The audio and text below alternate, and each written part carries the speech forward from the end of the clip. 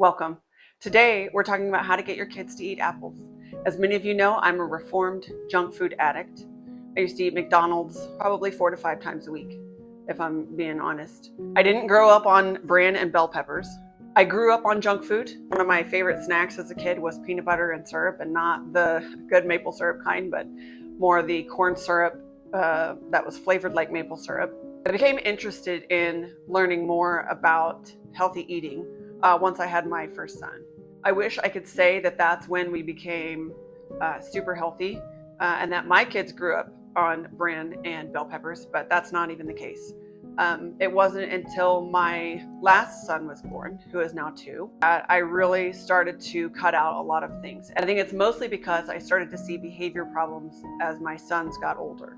You may be wondering why apples. They're not the healthiest fruit, but we're going for better here, not perfect. Apples are a lot better than, say, Cheetos or crackers or any of the multitude of kids' snacks that have high fructose corn syrup. So yeah, apples may not be the best whole fruit, but at the same time, they're a whole lot better. Tip number 1, buy little apples. These are the apples that I buy for my kids. This is the same kind of apple, only the ones that they sell loose. These kind come in a bag. And these are the ones that you pick out yourselves. These are good for me and my husband. And I get these for the kids because A, if they don't eat it all, they're not wasting as much. But also B, it doesn't look like as big of a mountain to summit as this one does. So for a little person, they're a lot more likely to eat this and eat more of it than they would say this, because this is a little daunting to them. Number 2, this is a pretty easy one. Make apples an anytime snack. That means they can eat it anytime, except for maybe 30 minutes before mealtime. Nobody likes to hear their children beg for food. I especially don't. But at the same time, I don't want them eating a whole box of crackers right before dinner. Apples are something in Whole30 terminology that's a food that has breaks. So it's not crackers, it's not these things with high fructose corn syrup that make the kids want to just eat. So they can eat an apple and be done and be good, and they're not going to ruin the next meal. Actually, in my house, any kind of fruit is an anytime snack. I have the basket where I leave fruit out, and then I have, of course, strawberries and grapes and things in the fridge. Tip number 3, cut them in fun ways. Now, I don't really consider myself all that fun of a person, pretty serious most of the time. But I have learned that kids are more likely to eat things that I want them to eat if they're cut in fun ways. And really, they do better with apples in general if they're cut in some kind of way. You can get just a regular apple cutter like this. This is pretty cheap on Amazon. I think it was less than $10. And it came with this, which is a fry cutter for potatoes, but it also works for apples.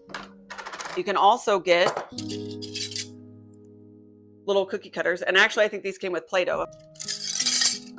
Even have a little gingerbread man, but all different kinds of shapes.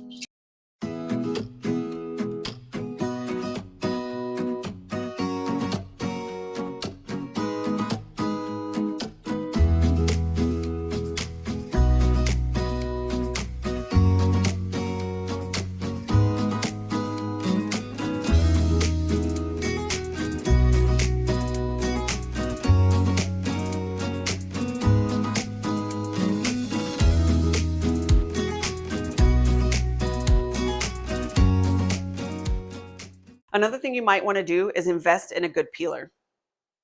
So these are the kind that most of us use. They're a little dangerous for kids to use, but this kind right here is actually perfect for kids to use. My son can use it himself. Now, you might be the one ending up peeling these, but it's also good to have one where they can, if they're very independent kids, they want to peel it themselves. Or if you're just too busy and they want it peeled, and that's on them. That's how it is with my 6-year-old. If he wants it peeled, he can peel it himself.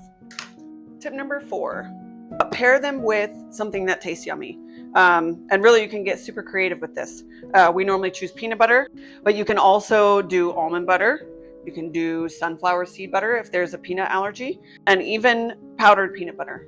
So you just put it in a bowl and you just dip it in there, and it's pretty tasty. I suggest using the dips as another way for them to get some protein. I would not do something like caramel or any of the other sweet things that you can buy. They have a lot of those at the store. It's really kind of counterproductive to the whole part about getting them to eat apples. And once they have it once, it's going to be really hard to get them to eat apples again without it. Tip number 5, find apples that they like the best.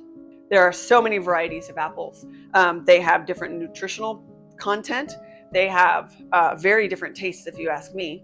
And some people like really sweet apples, and some people like really tart apples.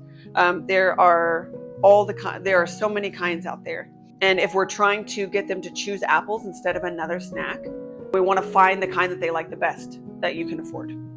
Luckily, even though there are differences in prices of the different kinds of apples, most of them are relatively the same. Stay tuned till the end of the video and we go through 13 different kinds of apples. My kids taste test them and they're going to tell you which ones they like best and which ones they won't eat, and kind of the flavor palette, so to speak, for each one. Also, as you're beginning, if this is really your first foray into getting your children to eat fruit instead of processed snacks, I would suggest getting apples that you also like, because you are probably going to end up eating some of them. For my final tip, tip number 6, buy pretty apples. And really, you should be doing this with any produce. Produce that doesn't look good is probably not going to taste good. Here is the difference between 2 apples that are the same kind. These are both Pink Lady apples, which are our favorites. This one right here is the one that's going to taste a lot better. It's a lot prettier. And this one is kind of yellow. It's still edible, of course, but it's not going to taste as good. The other thing about it is, with kids, if an apple is bruised and ugly, they're just not going to eat it. They're not going to want to eat it. They're going to be afraid, because kids are so afraid of tasting things that taste bad that they won't eat it. And so it kind of defeats the purpose of buying it. I hope these tips have been helpful. And remember, we're going for better, not perfect. Rome was not built in a day, and your family's not going to go from eating junk food to eating bran and bell peppers in a day either. Okay, so on our apple taste test, this one is called Ambrosia Gold. Apple, me, apple. Yeah, you want an apple? I want it. No, get one. I'll take one first. Me, apple. It smells good, Mama. Oh, yeah? Yes, it. Mm-hmm. Mm-hmm. You like it? Do you like it? Do you like it?